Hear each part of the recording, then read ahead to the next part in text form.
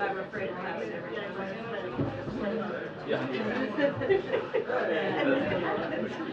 Of course, for me, it's always one of the recruiters going down.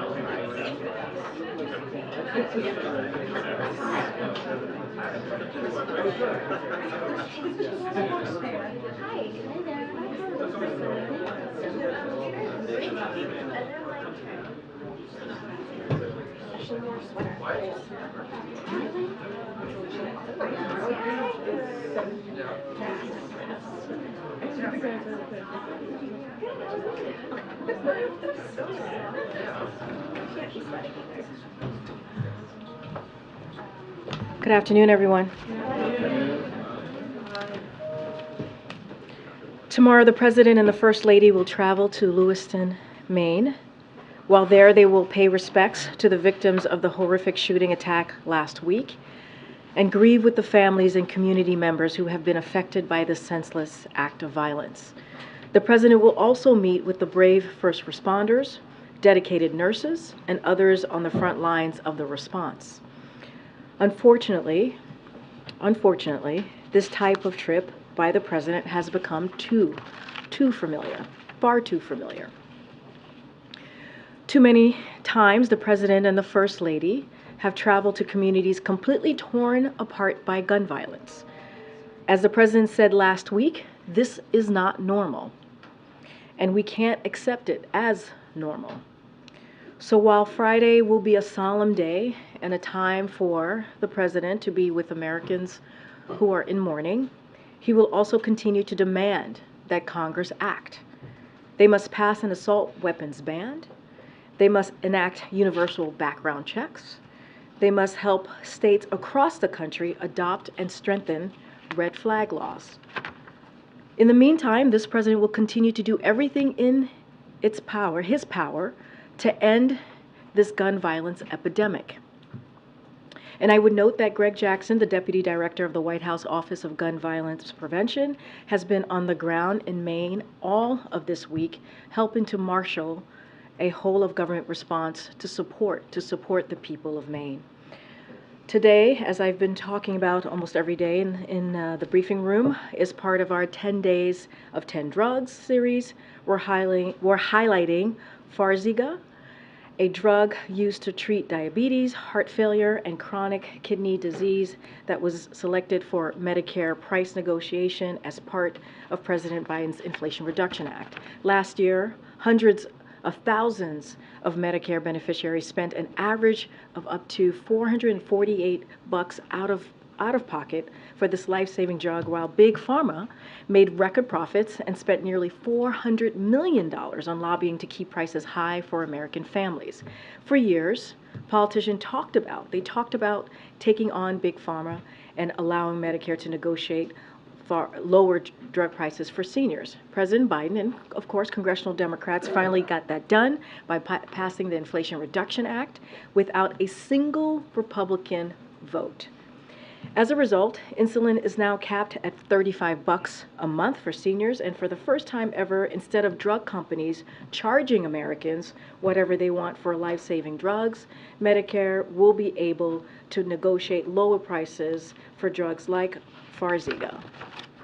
And finally, before I turn it over the past few months, you have heard scores of current and former national security officials, veterans, and hundreds of military spouses and families sound the alarm on Senator Tommy Tuberville's dangerous blockade on many and nearly 380 military appointments. Yesterday, Republican senators joined that call, and I will lay out a few quotes from some of them. Senator Republican leader Mitch McConnell said those holds are a bad idea. Republican Senator Joni Ernst said that Tuberville was using nominees as political pawns, and I do not respect men who do not honor their word. Republican Senator Dan Sullivan said that Tuberville's blockade is 100% wrong, will be remembered as a national security suicide mission and a downgrade of our readiness. Republican Senator Lindsey Graham said, Senator Tuberville, this is doing great damage to our military. Let me say that again. Senator Tuberville is doing great damage to our military. Republican Senator Todd Young said Tuberville's holds just doesn't make sense to me. And Republican Senator Mitt Romney said, we recognize that there is a personal suffering as well as issues of military readiness, so we need to act. We need to act. Nearly all of them warned of the risk we face of service members leaving military service if its blockade continues. So we agree. We've been very clear about this for the past several months. These vacancies are causing serious damage to our military readiness and our national security. And they are causing stress and disruption to our military families across the chain of command and for military spouses and also their families. The world is too dangerous. It is too dangerous to play political games with our military. So we are pleased to see that the Senate is taking action. Senator Tuberville needs to end this damaging hold on all of our military nominees as soon as possible. Now, with that, I will turn it over to Admiral John Kirby from NSC, who knows this very, very personally, understands as well. Appreciate that. Thank you. Afternoon, everybody. Let me get my cheaters out here. I think you all heard the President address this earlier today, but thanks to his leadership and the intensive diplomacy that we've been involved in, and more Americans have been able to get out of Gaza today. As the President said, so far 74 U.S. citizens and family members arrived on the Egyptian side. That's in addition to the 5 Americans who departed Gaza yesterday, and I want to stress that these numbers are changing in real time. Embassy Cairo has deployed a consular team to the Rafah crossing to support all these folks, make sure they get back to the embassy, and then we work with them on onward movement as appropriate. We obviously continue to be focused on getting as many Americans out as quickly as possible, and we still fully expect that more Americans will be able to depart, hopefully more today, but certainly we're looking for them to depart at a similar pace, if not better than what we've seen. But again, I want to stress again, it's a fluid situation. Obviously, intensive diplomacy has been underway to open up the Gaza side of the border for foreign nationals and for some wounded Palestinians as well. In times of crisis, of course, like this, we rely on our friends, and today's positive news would not have been possible without the assistance of Qatar or, frankly, the leadership of President Sisi of Egypt, who, of course, I think you know President Biden spoke to last Sunday. We're grateful for his leadership and his efforts. On the humanitarian side, yesterday, an additional 55 trucks with life-saving humanitarian assistance, including food, water, and medicine, were able to make their way into Gaza via the Rafah crossing. We're hoping that the number of trucks crossing into Gaza will continue to increase as well. We know that 55 more trucks, which brings us to more than 220 total since the 21st, is not enough. And we're going to continue to work to get more in there. Increasing that aid has been a top priority of the President and a keen focus of his diplomacy. Speaking of diplomacy, today the President's going to participate in 2 bilateral meetings. Actually, I think he's already done the one, met with President Luis Abinader of the Dominican Republic to discuss a host of shared priorities, including deepening bilateral economic ties, advancing our democratic principles and labor rights, as well as addressing the security situation in Haiti. And then later today, he's going to meet with President Gabriel Boric of Chile to discuss issues of shared concern, including promoting further economic cooperation, combating climate change, and addressing irregular migration. And of course, all of those discussions, those 2 bilateral meetings come just ahead of the inaugural America's Partnership for Economic Prosperity Leaders Summit that's here at the White House. And we're glad to have the participation of all members of the partnership here for this summit. The majority of them will be at the leader level. This Leaders Summit advances President Biden's commitment to strong regional partnership in the Western Hemisphere, as he announced during last year's Summit of the Americas. Taken as a whole, this 2-day summit represents a strong demonstration of the United States' commitment to work with our partners to take advantage of this once-in-a-generation opportunity to recenter critical global supply chains in the Americas, continue to address our shared migration challenge, and build meaningful economic opportunity across the hemisphere. Okay. Thanks, John. Can you tell us a little bit more about the humanitarian pause, what that would look like, what it means, how long it would be, how it would work. Sure. I think we've talked about this before, Colleen. I mean, we're really not just talking about like one pause. What we're trying to do is explore the idea of as many pauses as might be necessary to continue to get aid out and to continue to work to get people out safely, including hostages.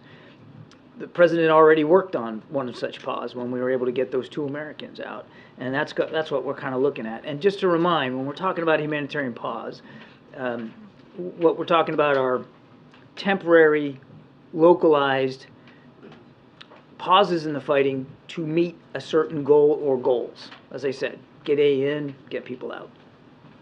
And is that something that can happen immediately? I mean, where is the Israeli Prime Minister on this? Is he willing to continue to do this, especially if it's more than one pause? Well, we were able to work with him to help get Americans out before, and so we're certainly hoping that kind of cooperation will continue. But each instance of it, each effort to get a pause is going to be unique in its own way, and it's going to require negotiation and diplomacy. And the president, you heard him talk about this yesterday, is 100% committed to doing what it takes to pursue that kind of diplomacy. The UN Human Rights Office is raising some serious concerns about the Israeli airstrike at the refugee camp, saying they have serious concerns that these are disproportionate attacks that could amount to war crimes. Does the administration share the UN's concerns? We certainly don't want to see a single civilian hurt or killed in this conflict, and there's been too many deaths as it is. Each one is tragic in its own right, as I've said, Mary, and we're doing everything we can to work with our Israeli counterparts to try to minimize the risk of civilian deaths and collateral damage. But do you believe that this refugee camp was a legitimate target? I'm not in a position to say it is or it isn't. As I said, these are questions for the Israeli Defense Forces. These are their operations, and they, and only they, can speak to their targeting decisions and the way they're conducting the operations. What we are going to do is make sure that they've got the tools and capabilities, including our perspectives and lessons that we've learned in this kind of warfare as they venture into these operational decisions, because they have a legitimate threat by Hamas, an organization that wants to wipe them off the map. At the same time, because you can do both, we're going to make sure that we're doing everything we can to help them minimize civilian casualties and get humanitarian assistance in. And one quickly on Tuberville. He's made pretty clear this morning again that he is not going to be changing his position. Would the president support changing the Senate rules to get around Tuberville's blockade? That's for the Senate to decide. The president wants, as Karine said, wants the hold lifted.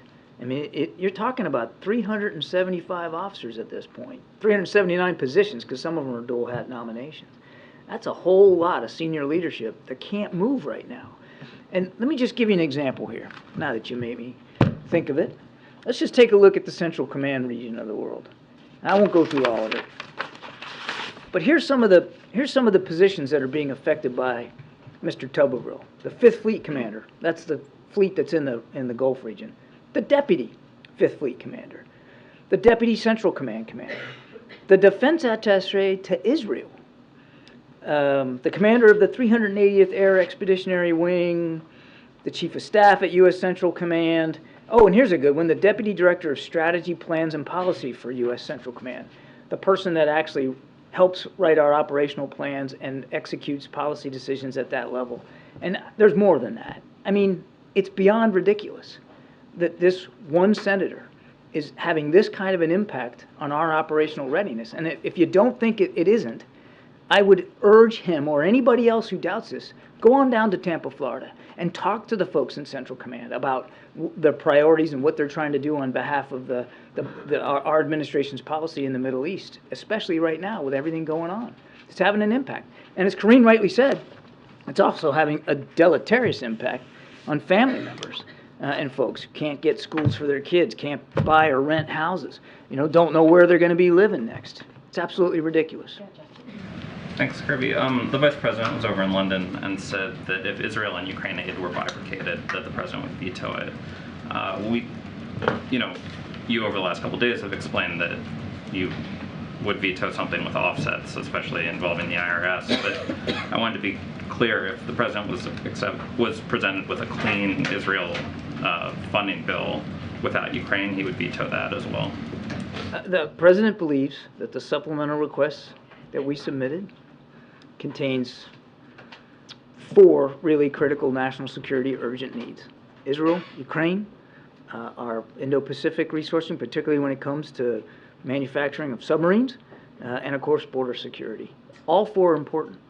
And the whole idea of an urgent supplemental is you're submitting what you think are urgent requests, and the president wants to see all of them honored, all of them acted on by Congress, all of them together. We wouldn't have submitted it that way if we didn't believe that they all weren't important and should be acted on together. Obviously, you guys want to see them all 4 together, but lawmakers are trying to figure out right now how to kind of negotiate through this, and it seems to be sort of an unclear signal from the administration. So was the vice president correct? He would veto an Israel-only bill if it didn't have other issues that you were concerned about? The president would veto an only Israel bill. I think that we've made that clear. Thanks, Admiral. The president keeps saying Israel needs to follow international law. Israel needs to follow international law. That suggests that he thinks that Israel isn't following international law, doesn't it? No. Why would he be saying that if he felt that Israel was doing everything it needs to do to prevent civilian casualties? We've been saying it since the very beginning, Nancy, that we want to see our good friend and partner abide by our shared commitments to the respect for civilian life and the respect for the law of war. We've been saying that since dang near the beginning of it. I've never heard him say that Ukraine needs to follow international law. So he seems to be making a point of this, particularly when it comes to Israel. Does that signify that he has... Well, these are different conflicts, right. And Ukraine was the victim of a massive invasion by a neighboring nation, and their military operations have been, with the exception of the counteroffensive where they're going after Russian positions, been largely defensive in nature. It's a different situation than what the Israeli Defense Forces are doing inside Gaza, going after Hamas terrorists in a fairly aggressive way. Question about the evacuees. The president said 70-something dual citizens were able to make it out today. How many days do you anticipate it will take to get all of the Americans who want to leave out of Gaza? We don't know. I mean, as I said in my opening statement, we hope that that number can increase over coming days, and we can get them all out very, very soon. Today's progress, I mean, yesterday it was 5, today so far, as you and I are speaking, it's 74. We're hoping that that number could increase throughout the day, hoping. So that's a good sign that the trajectory is going in the right direction. We want to get them all out as soon as possible, but I couldn't put a date on the calendar and tell you that's it. And just very quickly, is part of the deal that none of them will stay in Egypt, that they'll all leave and go elsewhere? That's going to be up to them. I mean, they're free citizens, they're American citizens, and they've got families to look after, and that's why we're getting them all collected at the embassy in Cairo, and our consular staff who collected them, verified all their identities, got them on buses, and now we're going to be working on whatever onward movement they might want. Some may not want that, but we'll work that out individually with each family. Thank you, Karine. John, the Israelis are saying that referring to Jabalia as a refugee camp is a misnomer. Is that the position of the administration as well? I'll leave the Israeli Defense Forces to speak to their operations. And then on the bilateral with Evacuations, did the Dominican-Haitian border dispute come up, and what is the U.S. position on that? The discussion around Haiti was largely over the security situation in Haiti and our continued efforts to want to work with the international community to do what we can to hold those accountable who are causing that insecurity and the violence, but also to work on ways throughout the region to provide relief to the Haitian people. Thanks. John, so talking about getting Americans out of Gaza, President Biden said, "I want to thank our partners in the region and particularly Qatar." The leader of Hamas lives in Qatar. So why is President Biden thanking them for anything? Oh, geez, Peter. Let's take a step back here and look at this. Geez, Qatar was... They are a terrorist group that killed Americans and kidnapped Americans within the last month. Peter, Qatar has been helpful in getting those Americans out. I'm sure you would agree with me, and everybody at your network would agree, that getting American hostages out is a good thing. And Qatar was a key player in that regard. Qatar has lines of communication with Hamas that almost nobody else has. Now, I'm not saying that we support Hamas. Of course we don't. They're a terrorist organization. And Israel has an absolute right to go after them. But Qatar has lines of communication that not everybody else has. And it would be irresponsible. In fact, I would expect that you and everybody else in here would be going after me if we weren't doing everything we could and having every possible conversation we can have to get Americans that are held hostage back home with their families. If we weren't doing that, it would be diplomatic malpractice. Let me read something to you, if you don't mind. I think I want to put this into some context here. Let me tell you what we're dealing with Hamas. Oh, geez, this is your notebook, Karine. Sorry. This fellow at Hamas, a guy named Ghazni Hamad, he did an interview a couple of days ago. He said, Israel's a country that has no place on our land. We must remove it because it constitutes a security, military, and political catastrophe to the Arab and Islamic nation and must be finished. We are not ashamed to say this with full force. We must teach Israel a lesson, and we will do this again and again. That's what the Israeli people are up against. And that's the group that are holding innocent Americans as well as 200. And you're going to say, well, then why are you talking to them? And why are you? No, I'm not. If Qatar is No, so I'm helpful, not. why aren't we asking them to hand over the leader of this terrorist We are group? working with Qatar to get our people out and to help get aid in. That's a priority right now. And obviously, we're also helping Israel go after Hamas. And as you push the Israelis for humanitarian pauses, are they just supposed to sit back and let Hamas attack them and attack them and attack them and not fight back? We have been crystal clear that Israel has the right to defend themselves. I mean, my goodness. So pause means they can still shoot back. My goodness, Peter, we're giving them security assistance almost every day. But do we advocate pauses by both sides here, temporary, localized, to be able to get Americans out, to be able to get aid in? You betcha we do. That doesn't mean that we're calling for a general ceasefire. Hang on a second. There's a difference. There's a big difference here. And we understand that, as I said earlier, humanitarian pauses have to be negotiated, and you have to have a credible basis for doing it in a temporary, localized way. I would also expect that we would get a lot of criticism from you and from your network and others if we just eschewed the whole idea of some sort of temporary pause so that people couldn't get out. I mean, we're doing exactly what you should be doing to try to look after these folks. So a pause does not help Hamas. A temporary pause that's localized, that would allow us to get aid in and to get our people out, is a good thing for the people of Gaza. It's a good thing for the Americans that are being held hostage.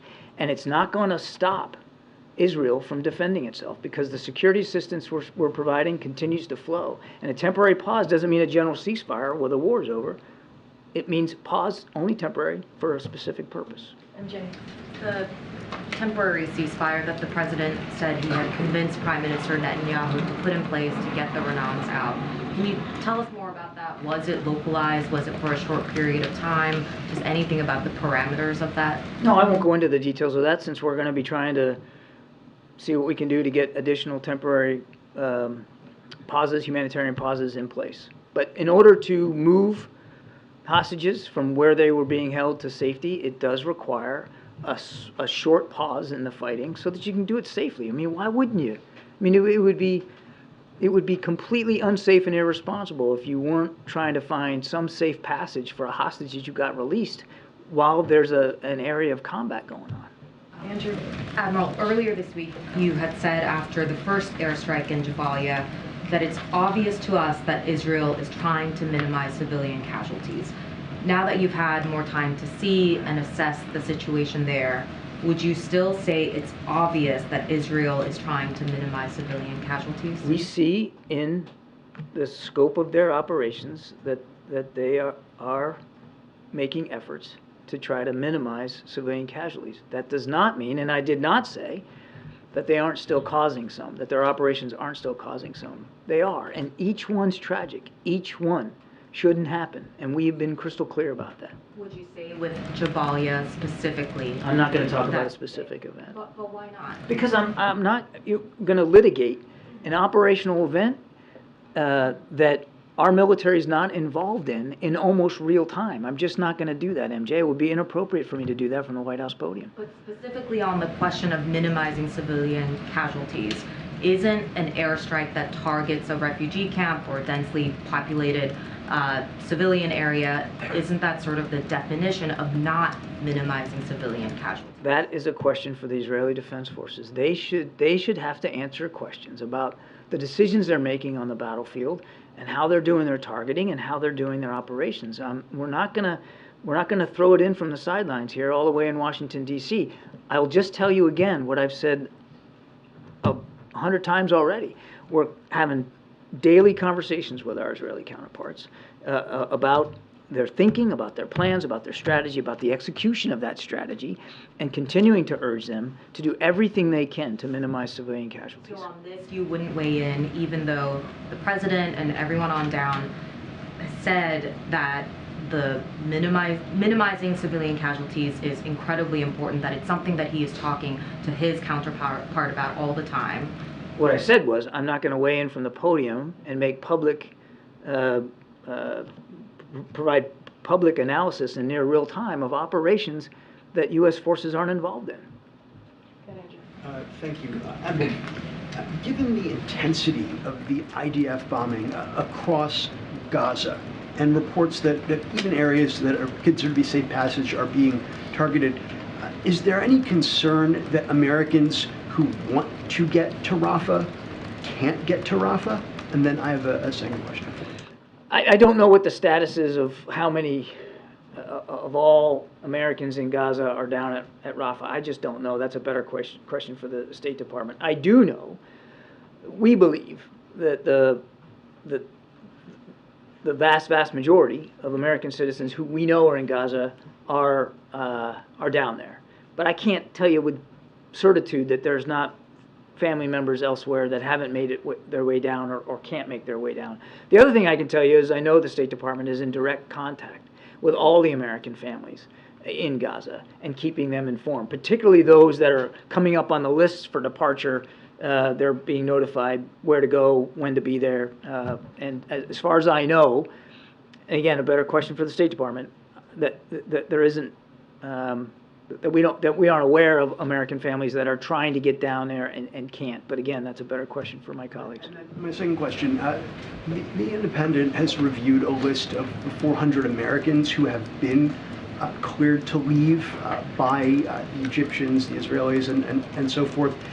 There have been prior reports that there were, I believe, between 500 and 700 Americans in Gaza. So I'm just curious about this discrepancy. There are 400 cleared to leave. If there are several hundred more in Gaza, is there a reason that they have not been cleared to leave? Have they not asked? Are they on some other list? And why then would the U.S. Not object to U.S. passport holders not being allowed to exit? So what you're talking about a rolling process here. I think our estimate is somewhere between 1,000 and 1,200 U.S. citizens, and that includes, dual nationals and legal permanent residents and family members. So then the pool is somewhere in that number, somewhere there, about 400 families. But this is a rolling process of getting folks out. So we know that there have been 400 that have gotten through that process, and we fully expect that the rest of them will get through that as well. Thank you, Karine.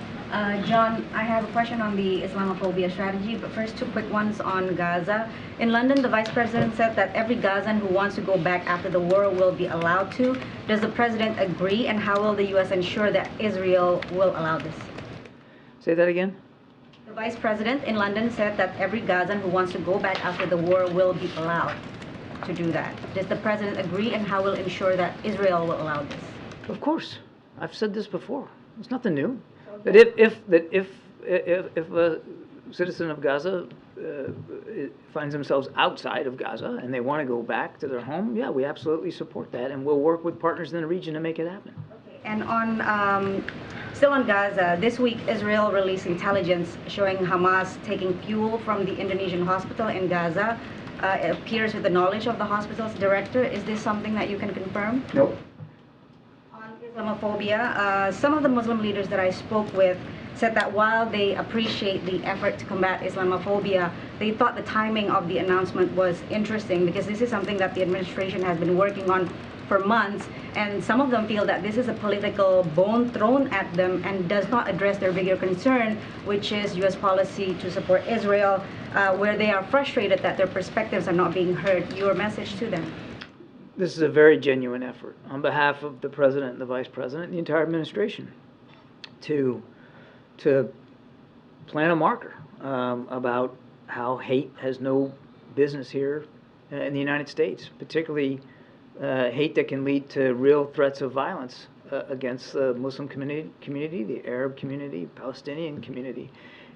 We take that seriously. The thinking that went into leading up to this strategy is long-standing and predates the events of October 7th. But again, I don't know who all these folks are necessarily, but we value their opinion. We value their perspective. And even especially if it's a contrary perspective, or they feel it's a contrary perspective, that's valuable to us. We want to, as we embrace the effort to develop this strategy, we're absolutely going to reach out to folks all across the country from all different perspectives, particularly in the Muslim community, to get their views. That'll be important. It'll inform our work. Well, the complaint that I've heard raised a lot is that every time they want to address U.S. support to Israel, the White House pivots to Islamophobia.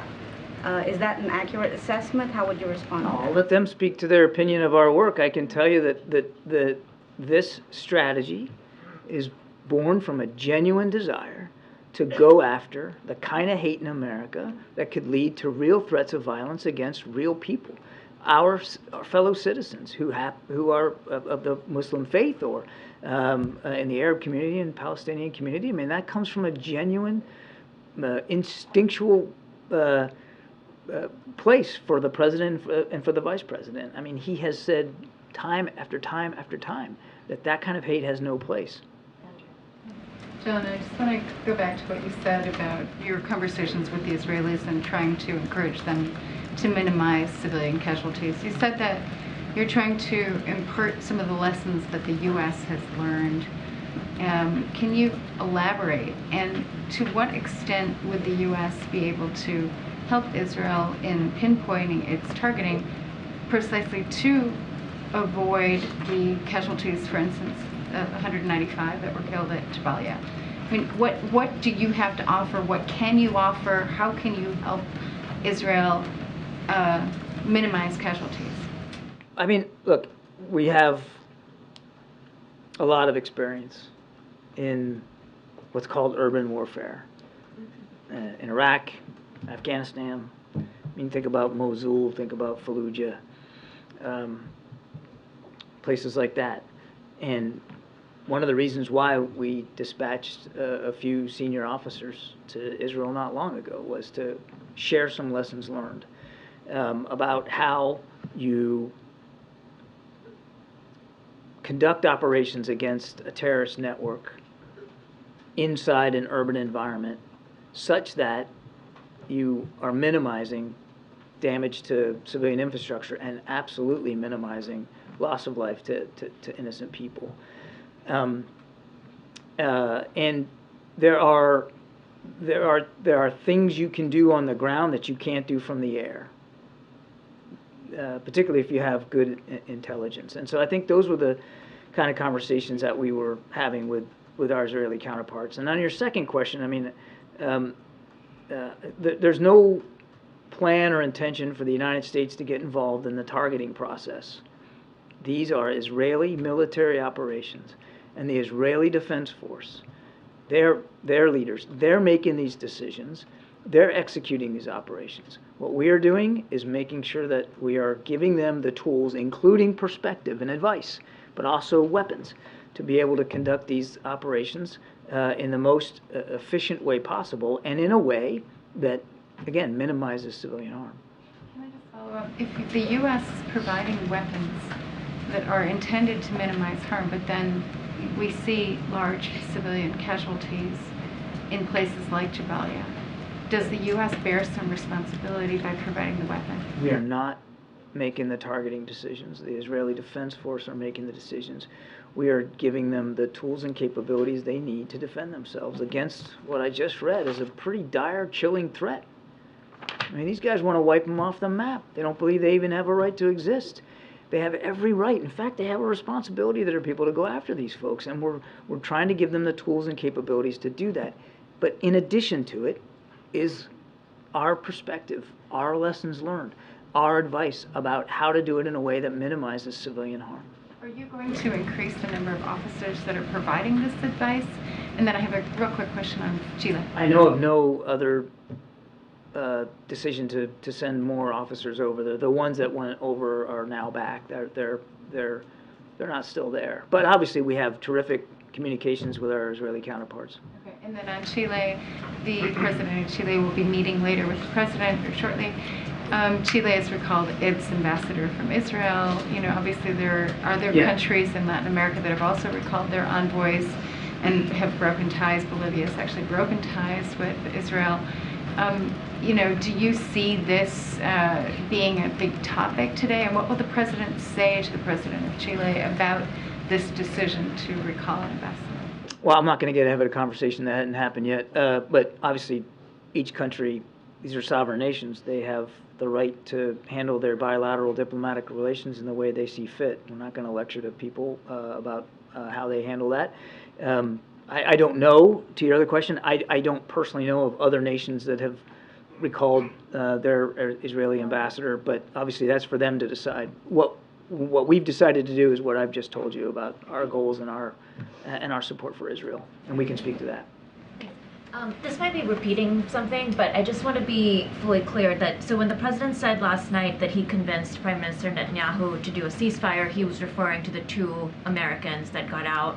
But Israel has never acknowledged that they paused. So can you give us a better understanding of what exactly was paused, and if the understanding is that for every sort of hostage release there would be a pause? I'm not going to go into more detail than what we've already put out there publicly. We were able to help negotiate the release of those 2 Americans, and that's a good thing. And in order to be able to get folks out, you got to make sure they can do it safely. And that's what the president was referring to. Admiral, switching gears from Gaza to Israel's northern border, tomorrow Hezbollah's leader is expected to make his first public comments since the war broke out, and the group has said that it mounted 19 simultaneous strikes on Israeli forces just today using guided missiles and other weapons. So what does the White House expect to hear from Hezbollah's leader tomorrow? And if the goal of the administration was to prevent a wider war, isn't that starting to happen with so many engagements with Israeli forces already? Well, we'll wait to see what he says. I mean, I don't think he's calling in asking for our talking points, so we'll see what he has to say. Our message to him and anybody else is that if they're thinking about widening and escalating deep in this conflict, you shouldn't do it. We've got significant national security interests at play here. We've proven in the past we'll protect and defend them. We'll do it again in the future. But how concerning is it that there have been consistent engagement with Israeli forces? Obviously, we're concerned about continued attacks on Israeli forces there in the north, as are the Israelis. But I don't believe we've seen any indication yet specifically that Hezbollah is ready to go in full force. So we'll see what he has to say. Thank you so much for this opportunity. Mr. Kirby, as you know, Afghan refugee in Pakistan, there's a lot of problem. Pakistan pushed them, and police, make a bad deal with them to force them to leave Pakistan, although they don't have any opportunity in Afghanistan. Any comment, there is any possibility to United States bring them to Pakistan, some pressure to give them more chance? We let Pakistan speak to their policies with respect to refugees and asylum seekers. Obviously, we want to see all nations do what they can to help refugees and asylum seekers, and that certainly includes our Pakistani friends with respect to Afghans who are trying to flee. Thanks a lot, Karine. John, over the past 3 weeks, you've expressed from the podium your opposition to a ceasefire. Now you're advocating for a humanitarian pauses. That's the way you described it. What's the difference between the two, and is it a two-way street? Is a humanitarian pause one in which there would be essentially no fighting from the Hamas side at the same time that there's no fighting from the Israeli side? So a couple of things here. First, you said now we're advocating. This is something we've been talking about now for several days. In fact, Secretary Blinken brought it up at the UN, believe late last week. I mean, this is not some new idea that we're just introducing into the intellectual pool here today. And I'll repeat it again. When we talk about a general ceasefire, we're talking about a stoppage of fighting all across the front, if you will, all across the battle space, where neither side, everybody lays down their arms, and it's a general ceasefire. Usually, when you're talking about a general ceasefire, it is about trying to find a cessation to the hostilities, to try to get to a truce, right, or to some sort of end of the war. That's what we mean by a general ceasefire.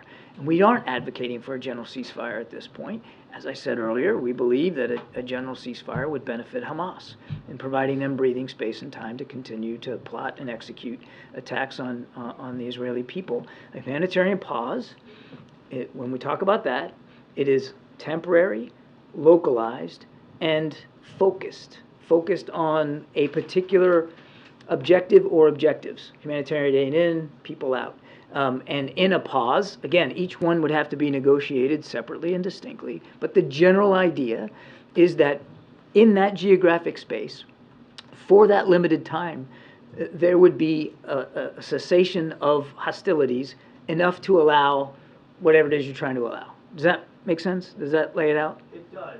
You've spent most of your professional life in the military. I don't know the answer to this question. Was there a time in the U.S. fight against al-Qaeda in which the U.S. implemented humanitarian pauses? I'm not aware of any, but I would remind you that al-Qaeda, wasn't in possession of 200 hostages in Iraq or Afghanistan, and it's a different situation. But that's what we're talking about here. Thank you. Senator Durbin became the first U.S. Senator to call for a ceasefire today. Do you have any response to that? I know you have said that would benefit Hamas. Is there an analysis about how long this process could go before it no longer benefits Hamas to have a ceasefire? And how are you doing that analysis, especially as additional lawmakers call for ceasefire? Well, there's no change to our view right now that a ceasefire is not in the best interest of the Israeli people and the Israeli government, who are trying to protect those people. That's where we are. Secondly, about the communications blackout in Gaza. You spoke about this a few days ago. You said that the U.S. played a role in getting that reversed. Yeah. There was another report about a blackout yesterday. Is it the U.S. position that communications blackouts, cutting off internet, cutting off phone access, is against U.S. policy for Gaza at this point? There are times in military operations where you want to limit your enemy's ability to communicate. We've seen that in the war in Ukraine.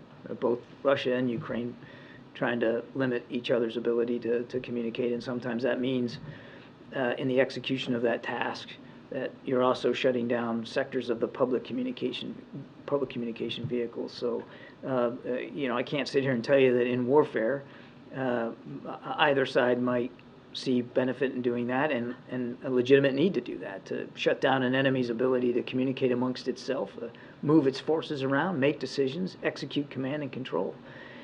But in this particular case, we felt that such a blackout was specifically hampering the ability to get humanitarian assistance in, and hampering the ability of humanitarian agencies to communicate with their people on the ground to try to solve a level of desperation that we just haven't seen in a very, very long time. And so we did not believe that it should continue, and we did have a hand in helping get it stopped.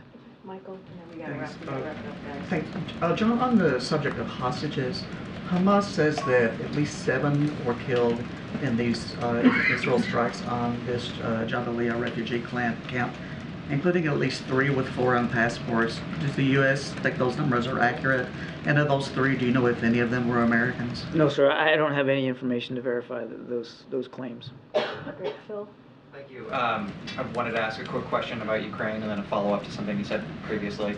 In an interview with The Economist, Ukraine's top commander acknowledged that his forces are locked in what he called a stalemate, and he went on to say that there's no chance that a significant breakthrough in the front there is imminent.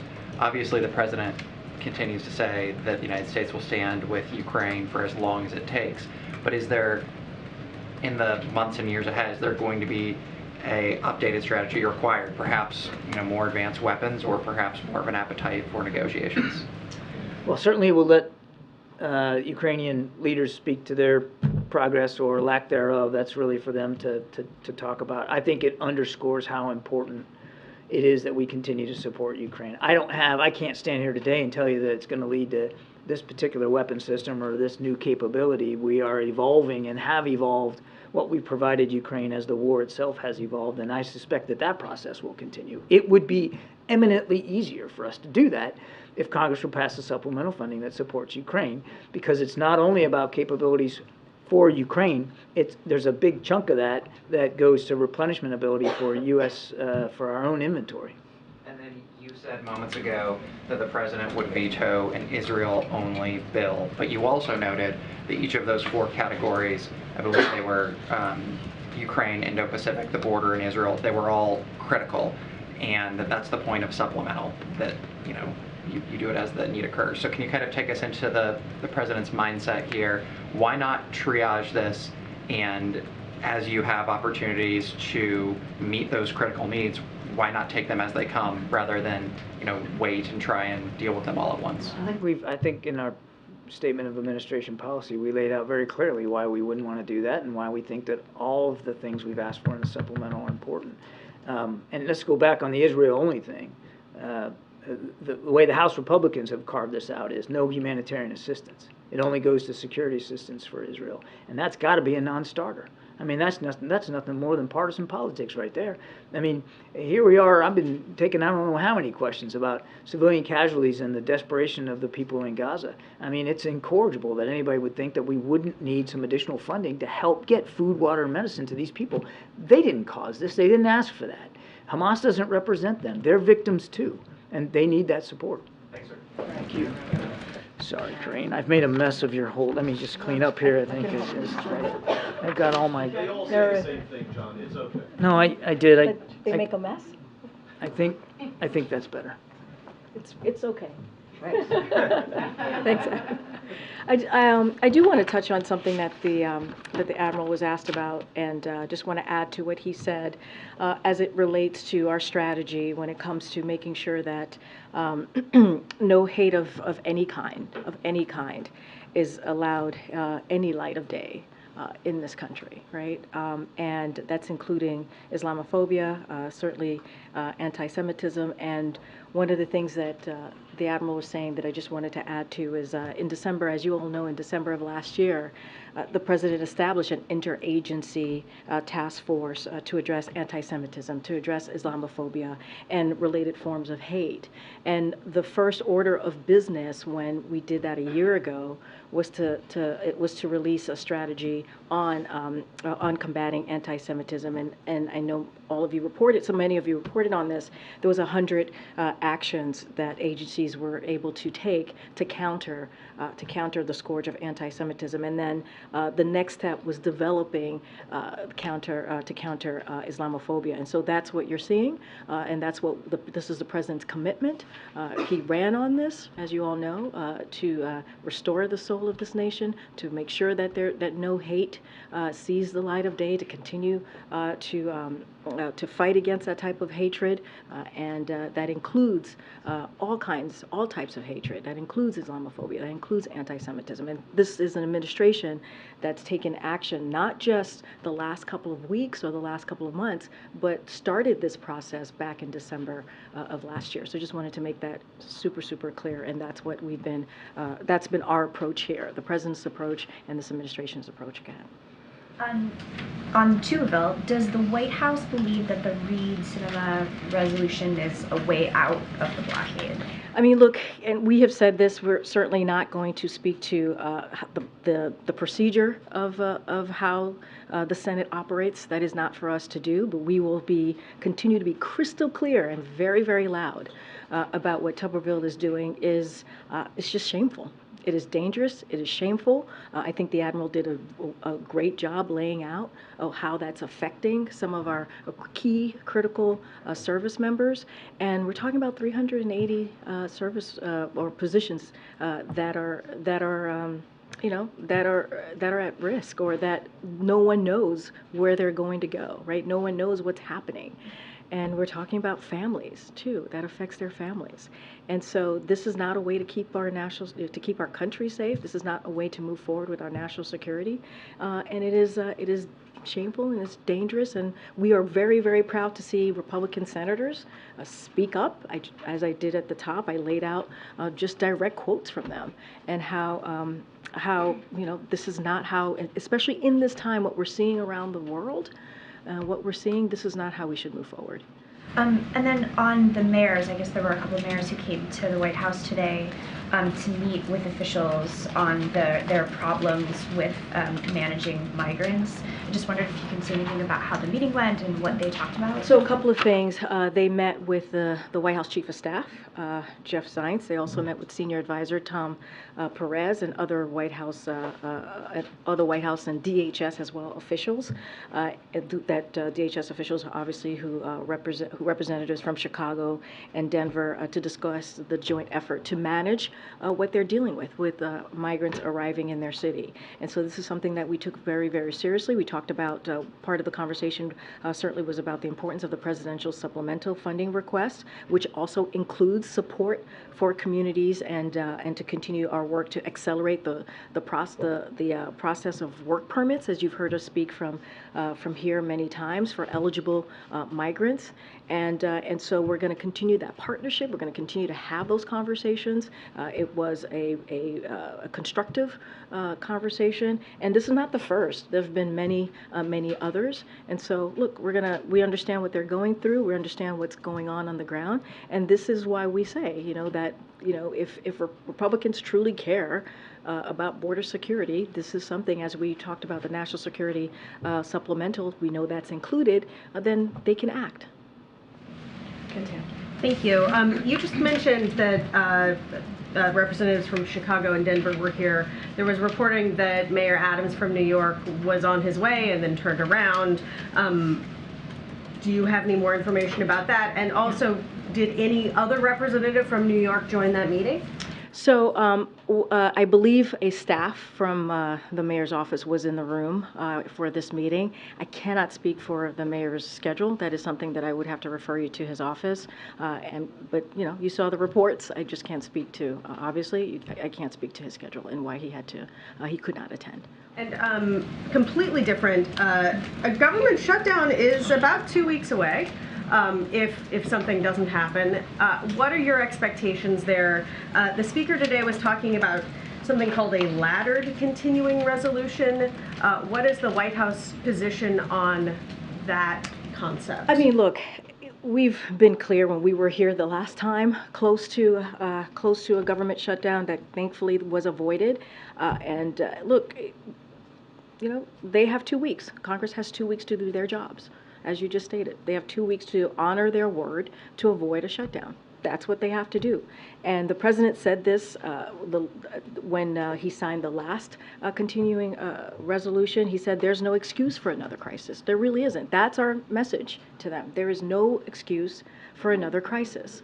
They have to do their job, and they have to honor and avoid a shutdown. The president sign a continuing resolution that has this laddered structure so that different agencies would have different expiration dates? So look, what I will say is that they have to do their jobs.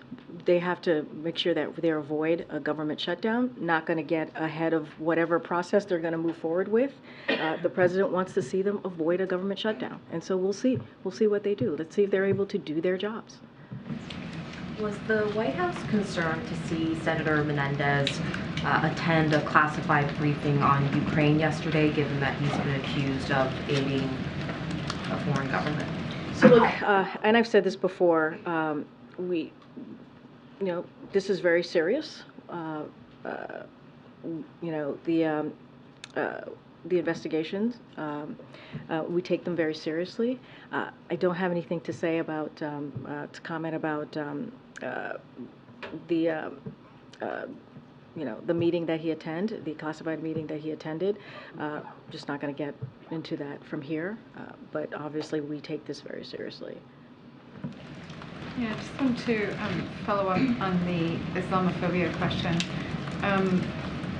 With this initiative, are you going to be reviewing laws and regulations that are in place across the U.S. government that are targeted at Muslims and not just in the federal level, but also the state and local level? Do you see some scope for those measures to be rescinded? And in what kind of time frame is that even possible? So look, we're definitely going to, one thing I can say is we're going to continue to have conversations with community leaders, advocates, and members of Congress and others as we, move forward with the strategy.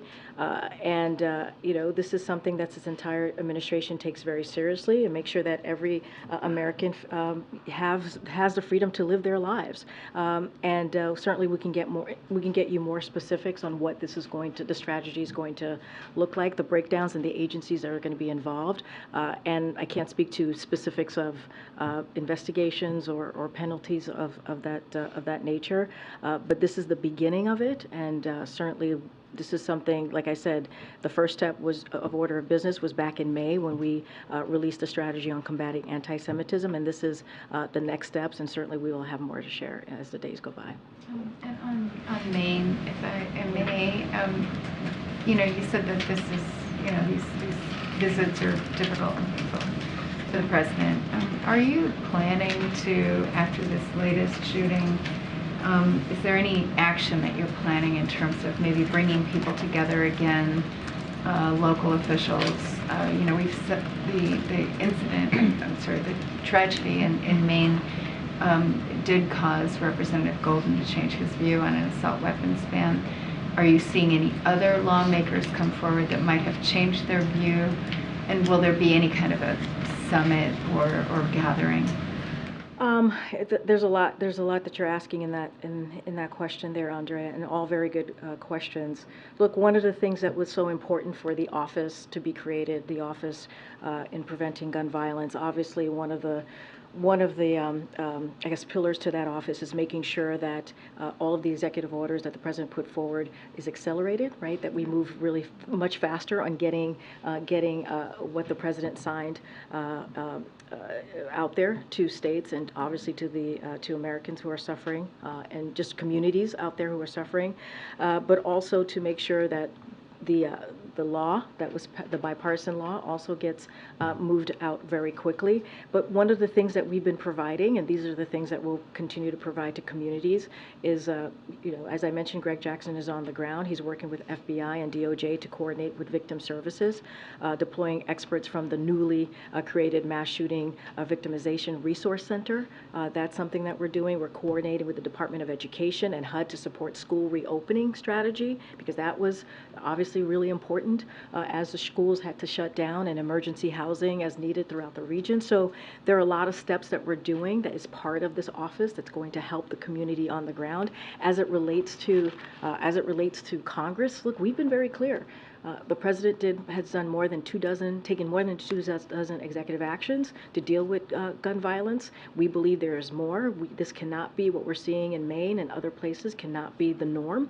right? And so we've been very clear that more needs to be done. We've been very clear on that, and we've asked Congress to take legislative action in order to truly deal. If they want to save lives, that's what they need to do. They need to pass an assault weapons ban, enact universal background checks, require safe storage of guns, and immunity from liability for gun manufacturers. And across the country, we must adopt, strengthen the red flag laws.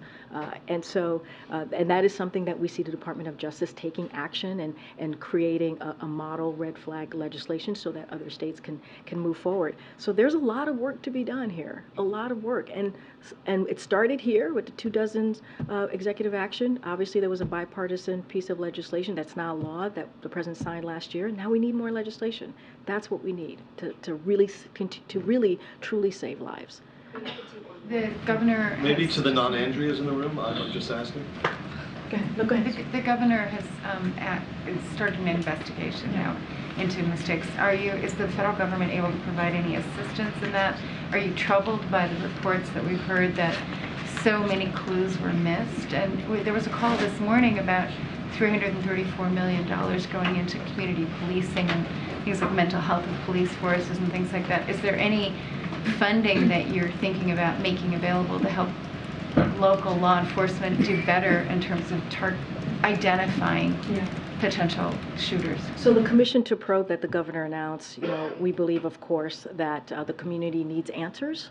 And so this is going to be something, obviously, that we support.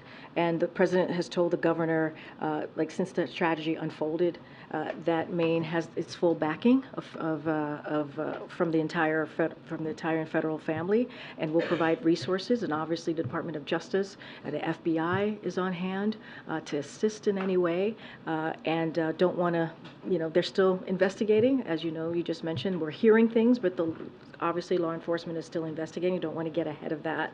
But we are here to offer resources, and of course we support the governor's efforts to get to the bottom of what occurred on the ground, this horrific tragedy. Karen, you're going to be the last one. Thanks, Karine. And back on the mayors, you mentioned the supplemental funding request that you guys have sent up to Congress, but they say that $1.4 billion isn't enough to help them deal with the influx of migrants. They're asking for $5 billion.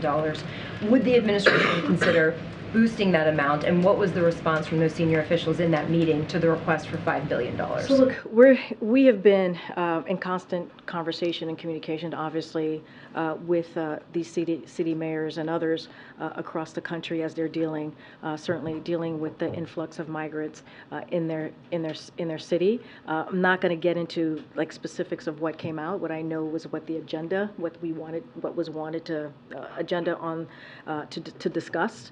And what we believe was important is that supplemental. We do need that 1.4 billion. That's what we believe is needed. It's emergency, as you know, emergency funding that we put forward in the supplemental, that we believe it's important for our national security. It's important for what we're trying to do with these communities. I can't speak to the $5 billion. I'm not sure what else they're asking on top of the $1.4 billion, so can't